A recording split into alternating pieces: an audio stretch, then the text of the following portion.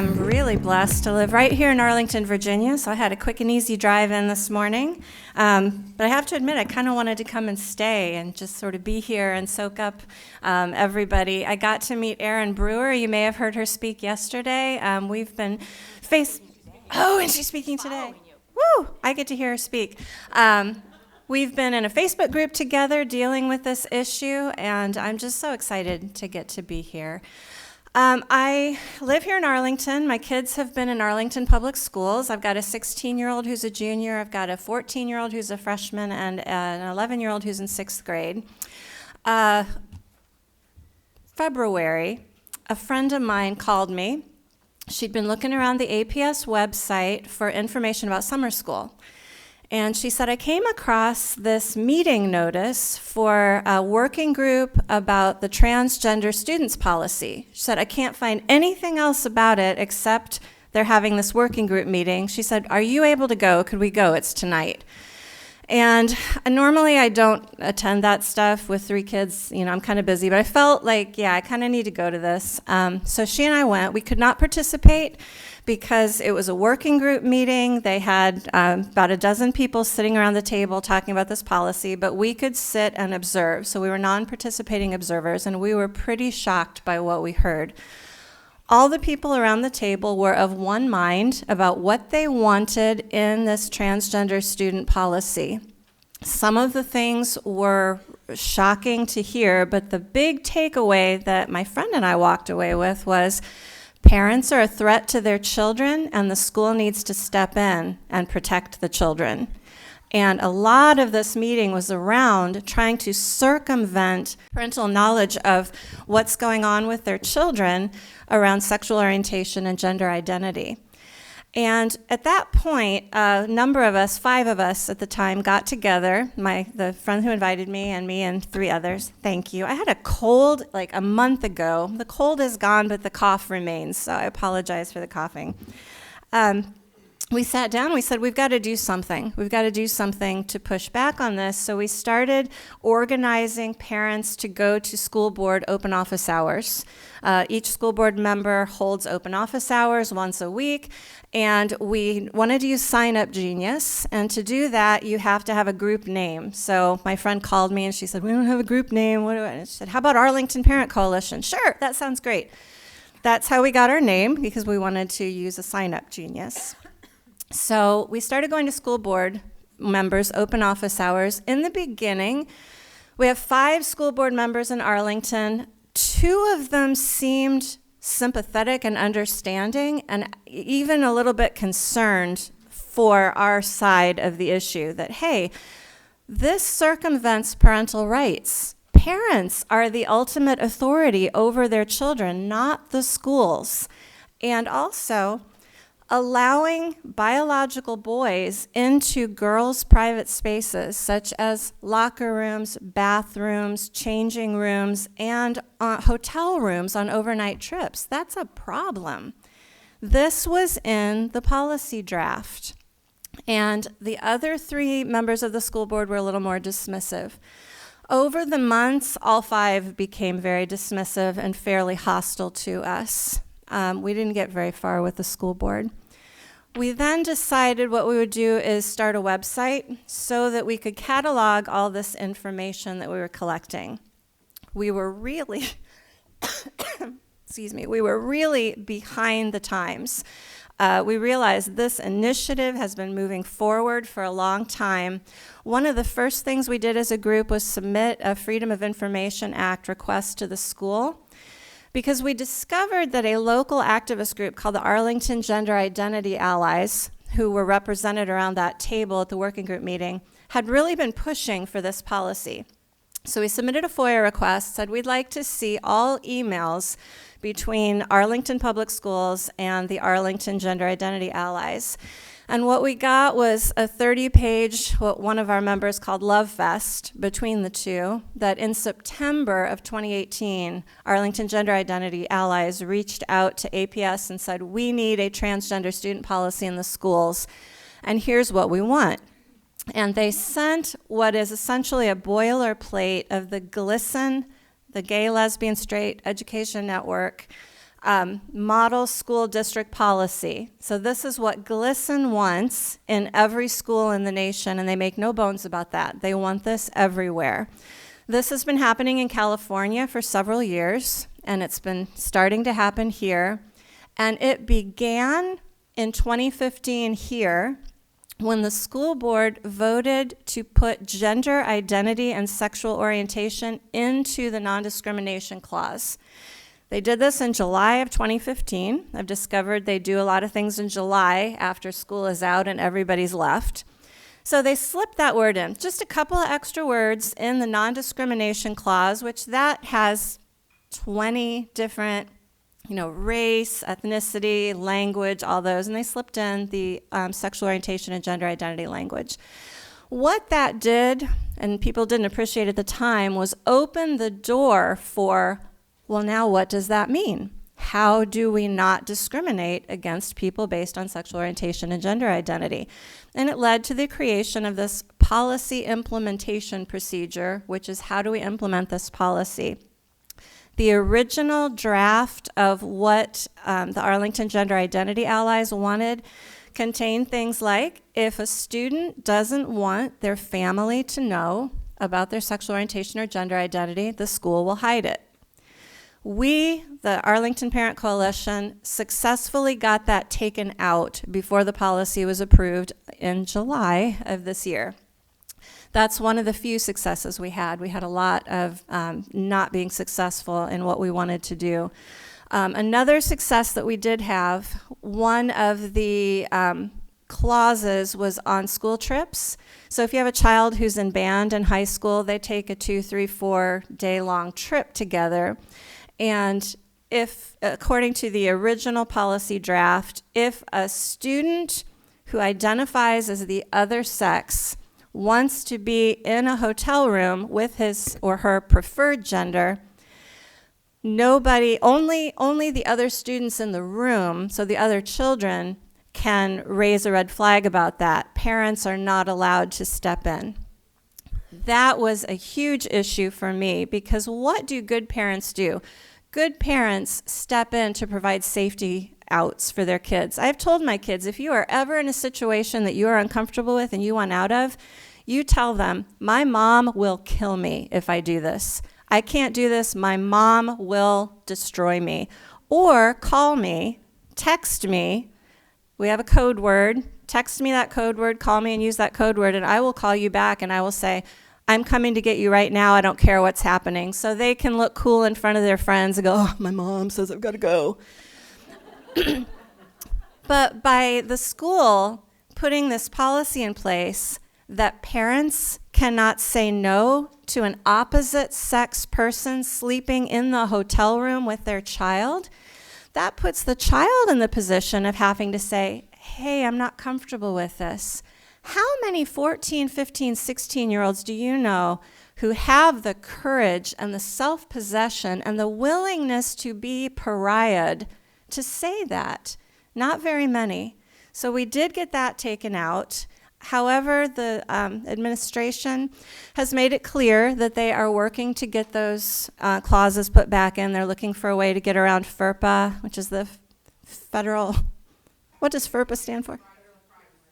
Thank you. That slipped my mind for a second. It's basically protections for parents that schools cannot use or sell kids' information without parent authority. And we're using FERPA right now as one of our best tools to say you can't do these things. However, these things are happening. In schools, kids are being taught transgender theory.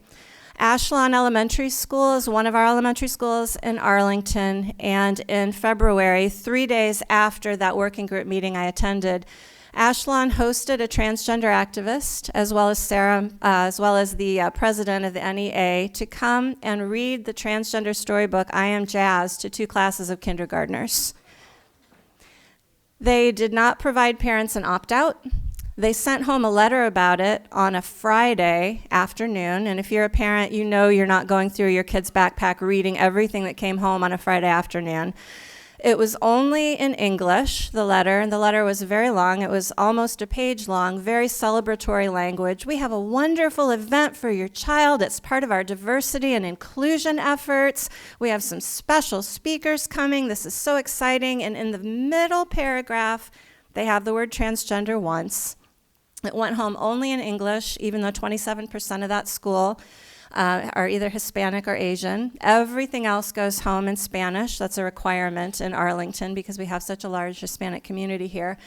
That was not a one-off oddball happening in some very blue district. That was very intentional. At the working group meeting that I had been at 3 days earlier, one of the parents around the table who has two transgender children in APS was upset that such a reading had been scuttled at her elementary school because the principal felt parents would be upset. And she said, this is going to happen. And 3 days later, it did happen.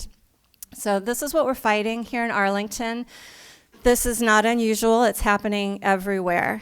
We talked to some lawyers at the Alliance Defending Freedom, and they said they know of over 200 school districts around the country who are fighting this. It's being slipped in very surreptitiously.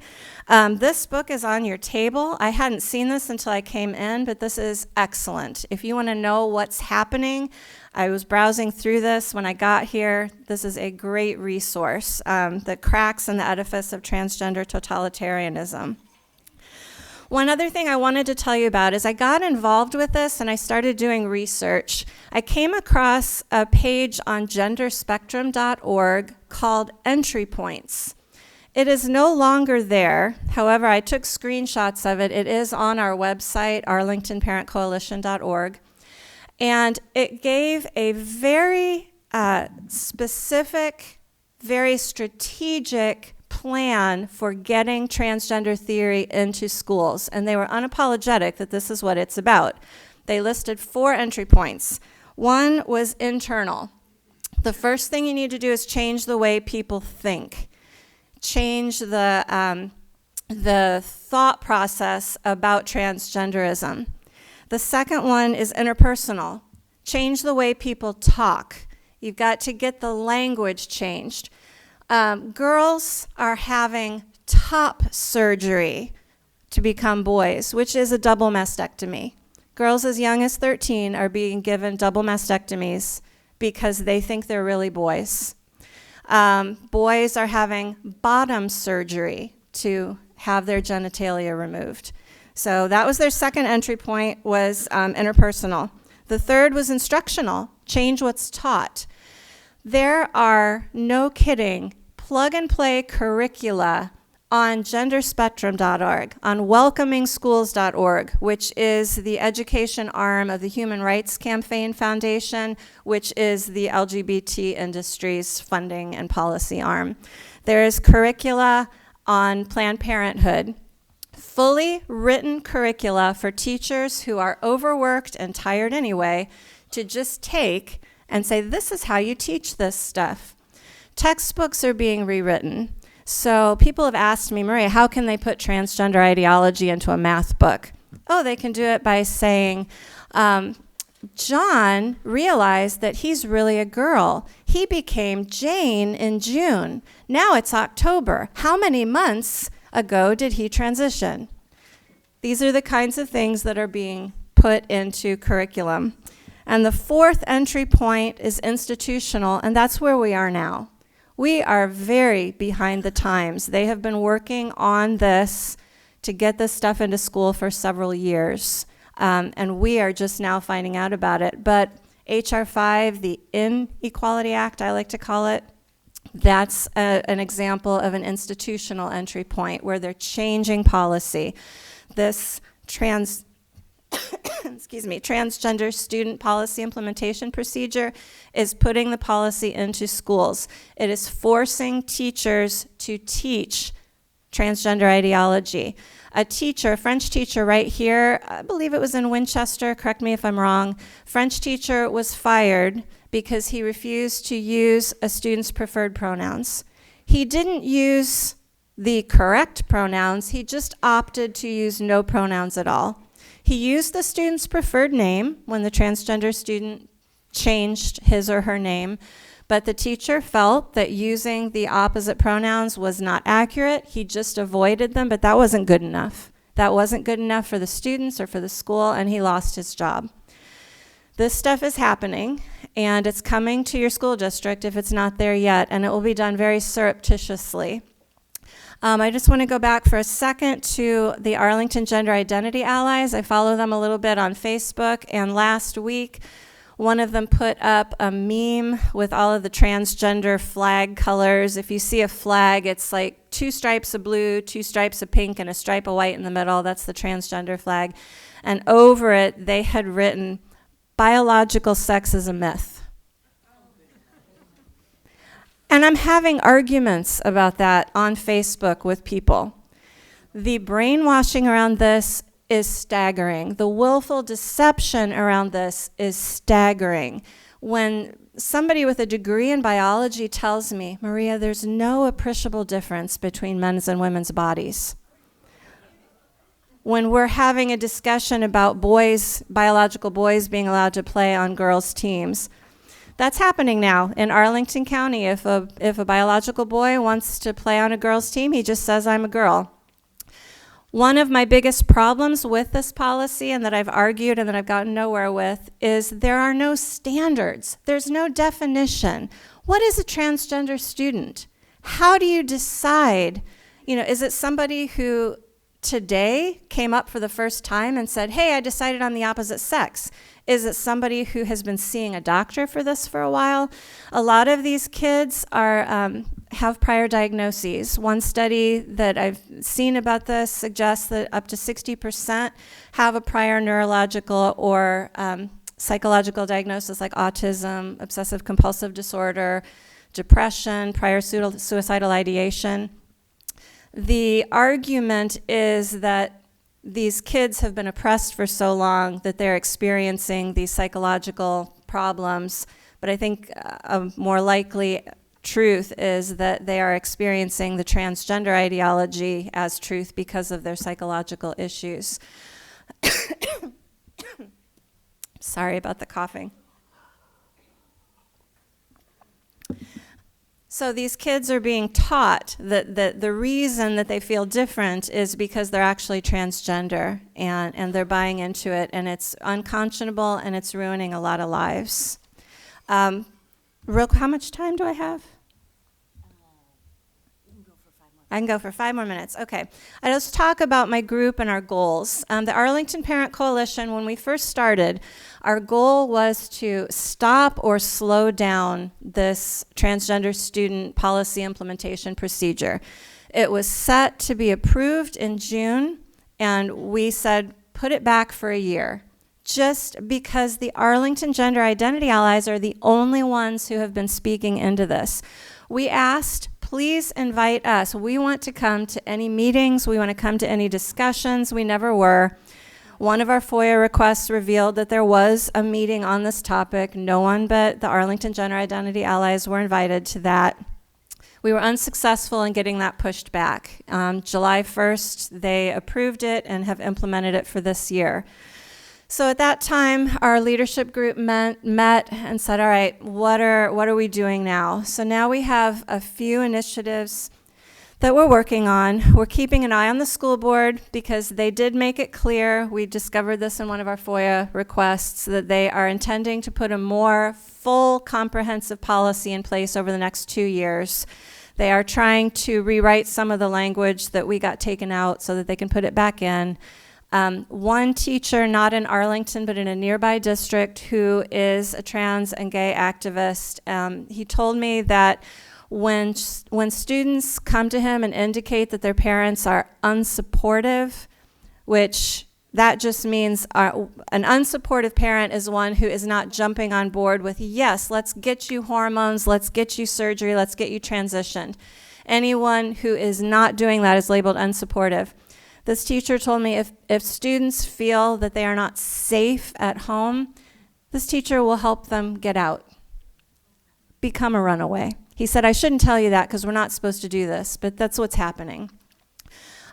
So we are trying to get parents to know that this is happening, to speak about it, to get parents to realize honestly, I hear myself speak and I think I sound like a tinfoil hat conspiracy theorist talking about this stuff because it is so bizarre.